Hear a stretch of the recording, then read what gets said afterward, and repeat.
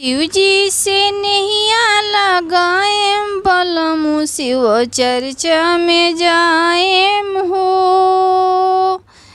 शिव जी से नैया लगाएम बलमु शिव चर्चा में जाएम हो। चर्चा में जाएम शिव चर्चा में जाएम, चर्चा में जाएम शिव चर्चा में जाएम। गुरु जी से नैया लगाएम बलमु शिव चर्चा में जाएम हो। उनके चरण में सुख पाएम बलमु शिव चर्चा में जाएम हो। उन शिव गुरु के चरण में सुख पाएम बलमु शिव चर्चा में जाएम हो। सुनिने जे जाता रे गौआ जवार हो, सुनिने जे जाता रे गौआ जवार हो। नमवा के हो जाई घोषणा हमारे हो, नमवा के हो जाई घोषणा हमारे हो। उनके चरण में सुख पाएम बलमु शिव चर्चा में जाएम हो। शिव जी के दिल में बसाएम बलमु शिव चर्चा में जाएम हो। उनके चरण में बसाएम बलमु शिव चर्चा में जाएम हो। चर्चा में जाएम शिव चर्चा में जाएम। गुरु जी के भजन गवाएम बलमु शिव चर्चा में जाएम हो।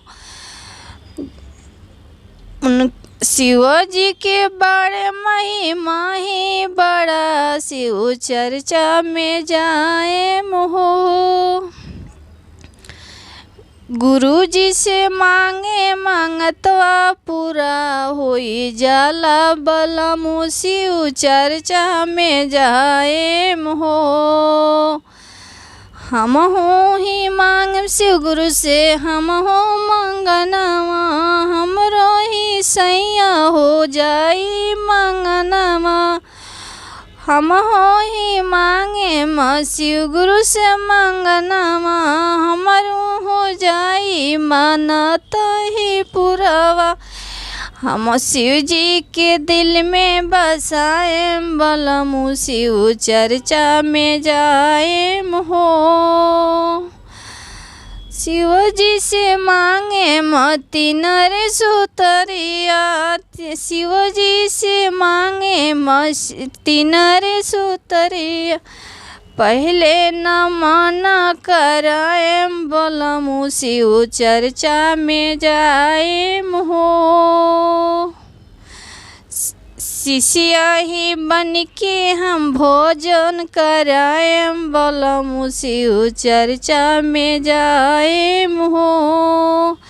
शिव गुरु के बने हमारे शिष्या, शिव गुरु के बने हमारे शिष्या। शिव गुरु के बन के शिष्या भजन गाएम बलमु शिव चर्चा में जाएम हो। शिव जी के भजन सुनाएम बलमु शिव चर्चा में जाएम हो।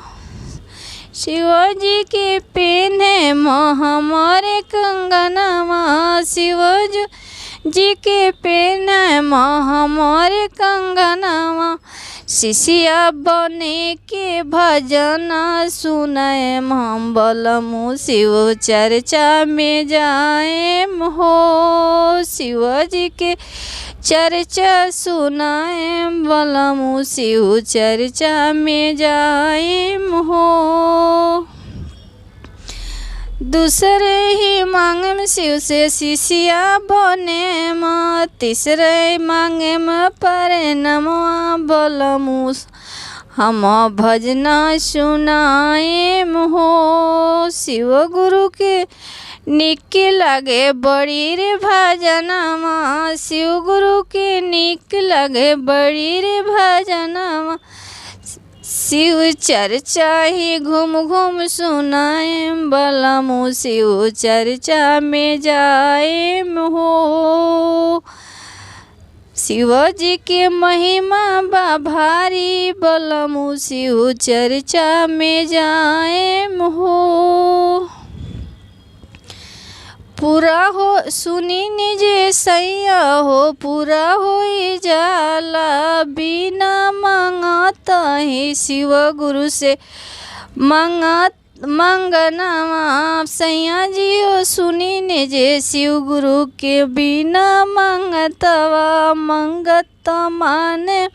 शिव गुरु चरण में बसी जाए हम, शिव चर्चा कराई हो।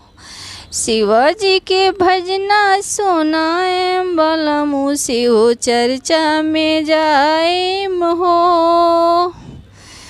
शिवजी के चरण में सुख पाए बलमु, शिव चर्चा कराए हो।